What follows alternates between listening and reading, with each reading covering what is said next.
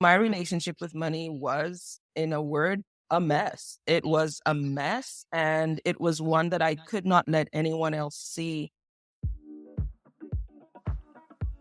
Hi, I'm Natalie Mullen, former people pleaser and queen of doing way too much, turned holistic life coach and wellness educator for purpose seeking women of color and allies. Welcome to From a Full Cup. On this podcast, I teach you how to use the 12 pillars of wellness to discover your purpose, up-level your well-being, and create the life of your dreams, because we all deserve to be fulfilled, and you simply can't pour from an empty cup. Through candid conversations, insightful interviews, and motivational nuggets, you'll feel inspired, empowered, and supported as together we navigate this thing called life, holistically and with your well-being at the center. If you're committed to personal development and you're ready for more, you're in the right place. Now let's get started. Hey y'all, I'm so excited for you to hear this episode today with Hadriana Leo. She is a wealth strategist and a mindset coach. And this one is a bit personal because Hadriana was actually my finance coach. And we both share authentic and vulnerable stories about our wealth journeys, where we started, where we're at right now, and where we're headed. Adriana gives some really actionable tips that you can start implementing right away and just offers such a refreshing perspective on wealth. So make sure you have a pen to take notes. Let's get started. Hi, everyone, and welcome to another episode of From a Full Cup. I am so excited to have with me today Hadriana. Hadriana, welcome to the show. Thanks, Natalie. I am so happy to be here and be part of this awesome work that you're doing. We always like to start off with the This Filled My Cup episode. I'd love to hear your feedback on one episode that really resonated with you. Episode 47 really filled my cup because forgiveness plays such a pivotal role in wellness. And that episode doesn't only explore the topic of forgiveness, but it also provides like practical exercises that would help. So it's a lot like the work that I do with my clients. So cheers to a really insightful episode. And Hadriana, before we get started, if you could just introduce yourself to the listeners, please. I'm Hadriana Leo, and my work is in the space of personal finance with a specific lens at how women relate to money. I'm a coach, I'm a strategist, and I help women create wealth. I think that's it in a nutshell. Outside of this work I do, I'm a mom, I'm a wife, until further notice. And I think everything I do it with the intention of helping to inspire someone somewhere. And that kind of is a thread that connects all the 100,000 things that I put my hands to. No, I love that. And you know what? We are multifaceted. And I think it's really important to lean into that and just understand that there are ways to connect the different things that we do. I think a lot of times people feel like they have to be in one particular box or they always have to answer that question with one particular role. And it's like, no, there are so many different dimensions to us and also maybe just different interests and passions that we have. And so they don't always have to just fit into one silo. We can find ways to weave together the different things we're interested in. So I like that you're saying that you want to inspire people. So everything that you do is from that lens. April is all about finances and we're really digging deep. But to start this, if you're a financial coach and you're helping women with finances, I want to know, what was your relationship like with money? What was your past money story and how did you get into this line of work? Yeah, I call myself a recovering Cinderella. I was the undercover agent, let me tell you.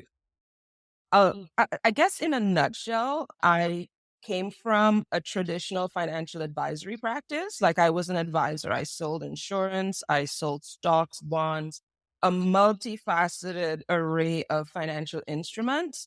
And I was bouncing checks. Some days I couldn't pay my bills. I was robbing Peter to pay Paul. And that was me with all of this knowledge. I mean, in all seriousness, I understand more things about money that some people will go through their lifetimes and still not get. So I've studied, I've tested, I've all this stuff, the rigor of maintaining a license. And in my personal life, when it comes to me and my money, it was an unholy mess, let me tell you. And it was something that I wasn't proud of. For me, my relationship with money carried a lot of shame, a lot of distrust.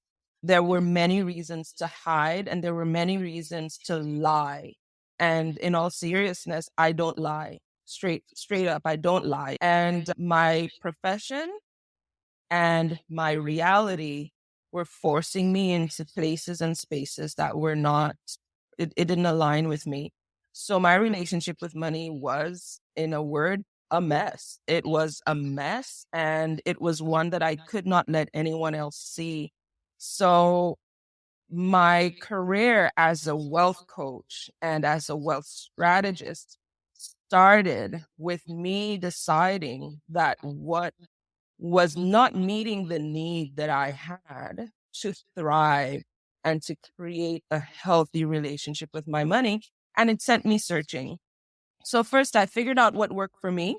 I keep learning more and more about the components that speak to or lend themselves and influence how we relate to money. So first I healed myself, and then I kept learning so I could heal others and I can offer inspiration to other women so that they too can come to a place of appreciating their money, being confident in their capacity to create and manage wealth, and be happy in who they are outside of their money as well. So lots happening there. That's kind of how I came to it.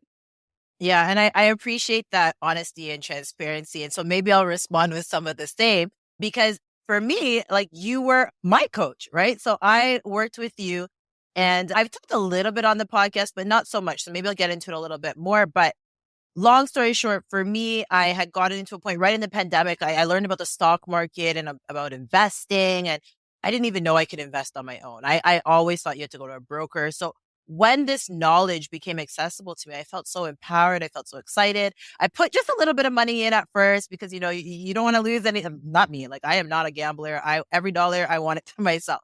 But when I saw my account growing, I was like, oh, I like this. I started putting in more and more. And then I learned about something called options. And if you're hearing this word out there, and listen, options can be good, but they can also be really bad. Okay. So just there needs to be a huge red flag before you ever get into that. I did not necessarily have that red flag. So I got into options and I was making all this money. My account was growing. And then the stock market started to go down. So long story short, I lost a lot of money. And it was really hard, even for me to even state how much I lost. I couldn't come to terms with it. I just pretended. I was like, okay, I don't know. And then I got into like a really deep depression. I was like, how could I have done this? You mentioned, Hadriana, earlier about like shame and guilt. And that's all I felt. I just felt so embarrassed. I didn't even know how to move forward. It clouded like my whole world. And it's not something that you want to go around and tell people like, oh, I just lost all of this money. And so I remember I was like, I just don't know how to move forward. And I started just talking to people and be like, does anybody know a coach? I need to get over this. I need to like figure out how to like recover and start again. And I spoke with you, and in that conversation, you helped me have this breakthrough that I think no one else had given me of just like, Natalie, it's happened. It's okay. You can move forward from this. There was no judgment from you. You were like, accept what's done, but like you guarantee me, like you can get over this. You can start again. And I think just having that hope again, like the clouds kind of parted. And there's so much that we learned from working together with you that I think went above and beyond it and also went deeper. It wasn't just about money. It was just about like, it was also about the kind of life that we want and why are we doing it. And I'll be honest, y'all, I lost a lot of money. I'll say the number just because I think sometimes it's good to be vulnerable so other people can hear.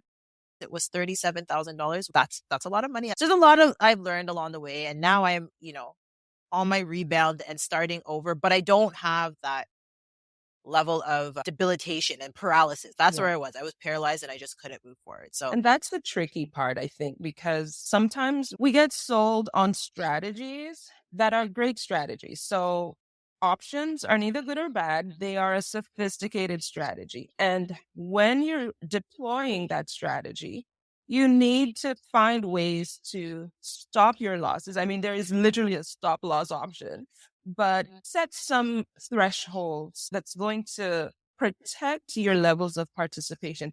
And that's the same for any strategy, to be honest, whether it's real estate, whether you're going to do venture capitalism, even if for entrepreneurship, because that's another wealth strategy that we can use. The thing is, we get into it, we're sold on the upside, but we're not often sold on the protections that will help us avoid too much of the downside. Because truth is, we are on the journey. That means the rocks, the boulders, the uphills, the downhills, all of that. It's the terrain is going to change along the journey. So they're all part and parcel of the experience you've had and the experiences you will continue to have at every level of wealth. There will be challenges. So choosing the right strategy for where you are at now. I say to some people, like, you have no business dealing with crypto right now. Stop. Like, great. I have nothing against any strategy. As long as it is morally correct, any strategy can work. I have no bias. Anything that bringing money in, let's go. We can ride with that. What we need to safeguard is alignment so that it fits for you. And we need to ensure that we have protections and boundaries in place so that we can literally optimize our success as much as possible. So thank you for being so vulnerable, Natalie. Thank you for sharing that with others. And just like Natalie said, it's easy to hit overwhelm when we're in the downside. The key is not in avoiding the fall. The key is falling and getting up as quickly as you can so you can get back on. In my practice, we don't avoid the negative stuff. We try as much as possible to neutralize them as quickly as we can and move from them. So we use it as a trampoline base to bounce off of, but we don't run away from it. What are some of the patterns you're noticing with women when it comes to their relationship with money and with finances? A lot of what I'm seeing, well, we've spoken about the shame. We also have the whole idea of avoidance. So literally, we're not opening our bills, we're not looking at our statements because we feel such a huge incapacity. Like, I'm never going to be able to handle this. So what's the point? And we just avoid it altogether and forget about it. That's a theme that keeps coming through. Another theme, you see this helplessness thing somewhere, somehow. And I do believe that it is probably more prevalent among visible minorities. We have this dependence on others to do better for us than we can do for ourselves. Now, I have to be honest and say there is a difference between going to a professional and seeking assistance and just thinking, you know what, my husband can handle it. Ay, ay, ay, ay, ay. So I remember in my traditional advisory practice, I don't know how many couples would come to us. The woman would sit and you could see that she is zoned out. She is not engaged in the process.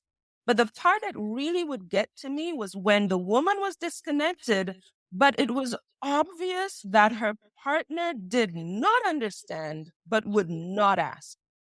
They would not seek clarity. They would bluster and fake it. And I'm like, what's the outcome for this person's finances? If one is just checked out and the other one is confused but will not ask for help. And I think it may have something to do with the male female dynamic because as the advisor and the guy, rarely do they want to say, you know what, I don't get it, but I'm a woman. I obviously don't want to show that you know what? We can't check out and we can't give that power to someone else. I am not asking for women to go and study all the books and know all the terms and everything. That may not be part of your personality or your innate skill set, but we cannot check out and give that power completely over to someone else. We need to stay connected. And that might look like interviewing 5, 6, 7 different financial advisors before selecting the one that you feel most connected to and that you can trust. And that's the other issue. Women have been burned so much in the financial services sector that our trust is zero to none when it comes to being served well in that sector. I remember going to a mortgage meeting fully and knowing what the situation was. And this was when I was already on my journey of wealth. And I remembered getting in the zone before the meeting. And I said to myself, yep, whatever they say, my response is no is not an option. Let's see how this can work because I am not leaving without dot, dot, dot, dot. And this was like completely opposite to how I used to and how many women approach their appointments with financial professionals. When we go in confident and aware of what options are out there, we know how to push and get what we want. And that comes from a place of trust, knowing that the person who is serving you is trying to do what's best for you, working it out as best as they can for you, willing to go to bat for you. That's something powerful that many women do not experience in the financial services sector. And I'm here to change that. I think a lot of times, sometimes women even have the intuition. They know that they're not in the right situation. They know that the advisor is not looking out for it, but they don't necessarily have the confidence to make another choice and say, you know what? I'm going to put this conversation on pause or I'm going to end this conversation. I don't think we're the best fit. And so a lot of women just stay in these situations with advisors that really aren't looking out for their best interest because they don't want to offend them, they don't want to hurt their feelings, they want to be polite. It's a people pleasing is really what it comes down to. Yep. Right. But there comes a point where as women, we have to choose what's best for ourselves because when we're doing well, our communities do well, our families do well, society does well. Right. Yes. And so it's not just for us that we need to be more vocal and make good financial decisions. It's for all the people that our lives are going to impact. And I think what you said Absolutely. is so important about finding someone that you can trust that understands you. And actually, for me, I personally think it's so empowering for women to work with women coaches or women advisors. Don't get me wrong, women advisors are fantastic. The challenge for any advisor to thrive in their sector is that they're still working within a male dominated sector, still has to hit numbers as their goals, right? They need to have certain assets under management. And that number has to be so and so. They need to be able to generate a certain amount of trails. Again, numbers. So cannot give too much of her time to helping her female client feel empowered, right? That's where a coach comes in because now the coach does not have to hit those thresholds.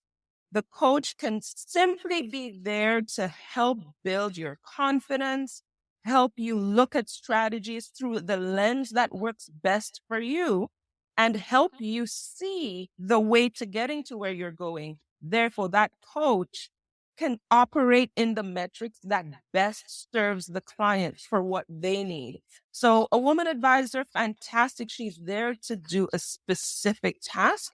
A coach, on the other hand, is there to do what you need as a client to Right. help you really thrive within the areas of wealth. What are some things that women should be doing to protect their finances? So, one thing that we have to do as women is, and I shared this a little earlier, we need to stay in touch. We need to stay aware. Do not give up that power. And trust me when I say it is power. Sat on the board of women's shelter for a number of years. It's a volunteer position. But I served in that way because I knew and I know to this day that finances are an instrument of abuse. And when women turn a blind eye to their finances, they're putting themselves in a high risk, high vulnerability position for abuse to take place, whether deliberate or not, whether conscious or not. You are giving that power over to someone who may or may not have your best interest at heart. So we cannot turn a blind eye to our finances. We have to be aware and maintain that awareness. Another thing that I think women should do to protect their finances is to stay open. I think somewhere along the way, we've been told that we just need the RSPs, the TFSAs, and a good job to grow our finances and retire well. Well, let me tell you that there's no guarantee you're going to hit 60 or 65 or even 55, which is the earliest most retirement programs come into fruition. What happens between now and then? Can you live a life that is full and rich between now and then? We cannot leave our well being. And if you read my book, you know that wealth is more than just the number. Wealth is a state of being well, and that's across many facets of our lives. We cannot live a life between now and whenever we think retirement will be just coasting along. That was never the intention for us and for our lives. So we need to stay open to what other options are out there. What is there today that you didn't know about before?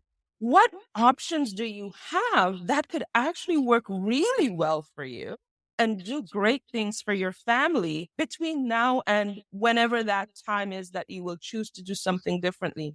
We need to stay open and not operate in fear, because fear is going to close us off. Having an open mind will make things available to us that otherwise we wouldn't. So protecting our finances, it has a lot to do with removing the limitations. So freeing yourself to see and to do and to be, and capitalizing on the opportunities that come in. Staying open means that you're open for business. So what's there and what can come along that can really do well for you? So if Yeah. you were to leave the listeners with one specific thing that you want to kind of give them a call to action, go start doing this, or at least look into this one strategy. What is something that you can share with the listeners? I think we need to implement some revenue sources that are within the space that we absolutely love and outside of our 9 to 5. I believe that everybody should have the opportunity to generate money that actually comes from something you are thrilled by, that you enjoy. When I started getting paid to speak, I'm like, yes, I can do this because this girl can talk. And I happen to have things that can move people's lives in the positive direction. And you're going to pay me to do that? Brilliant. Fantastic. It's finding ways to infuse unadulterated joy and purpose in how you make your money. So I know some of the girls growing up, the girls used to braid people's hair, but they went to school, they got their degrees, they got the professional credentials, and they're doing this thing that they still enjoy, I'm sure, for the 9 to 5. Great. That is being controlled to some degree by someone else. Create a revenue source that allows you to maybe do hair. You control how many you do. You control who's ahead you that you're going to work on. You control the styles that you decide you want to work with, and do this once a week, twice a week, whatever the schedule is.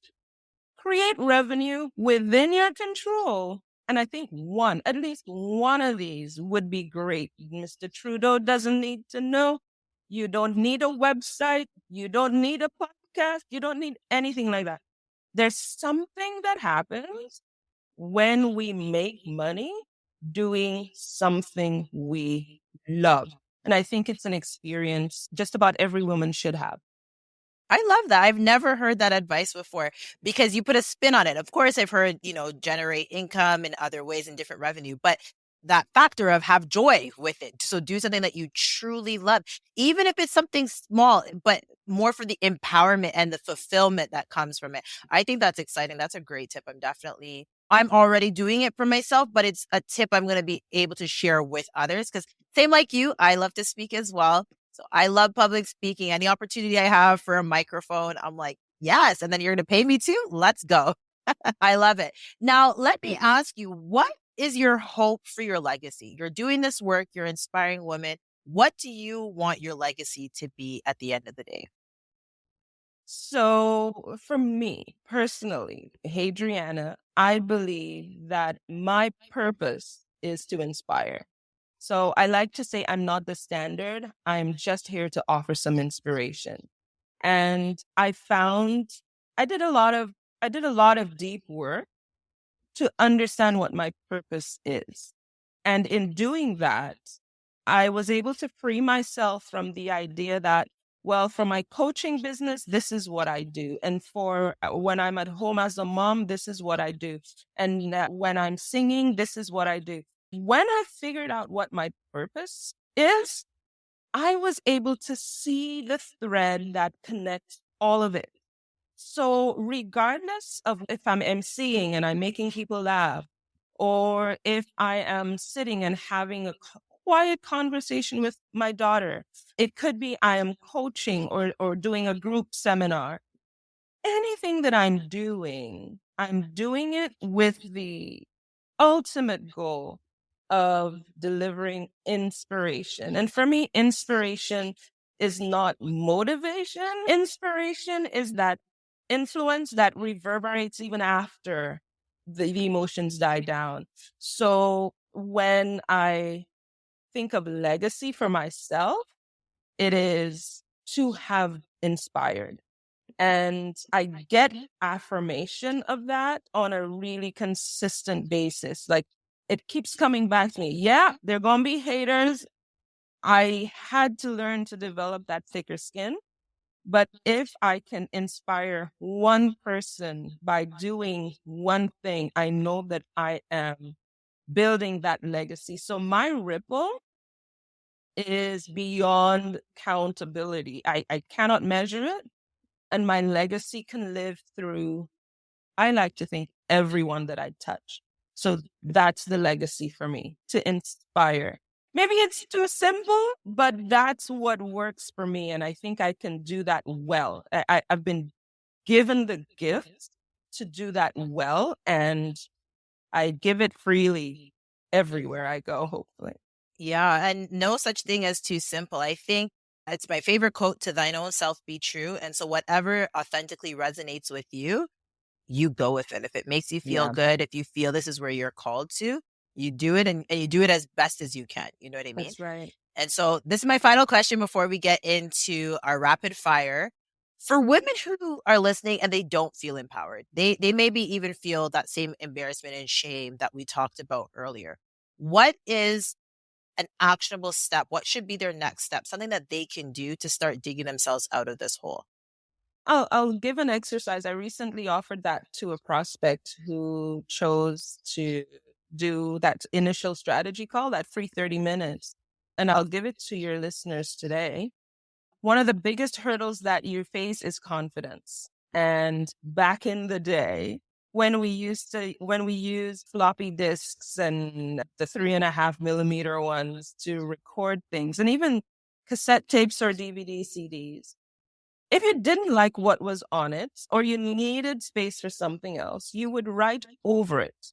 So you would record over the old stuff and the things that were there before because you no longer needed it. It no longer served you. You needed to record something new. How about I need you to create a log that will overwrite the previous non confidence building experiences and track record? Because we're really good at creating a cons list. If you're doing pros and cons, we're very good at doing the cons list. We struggle with the pros.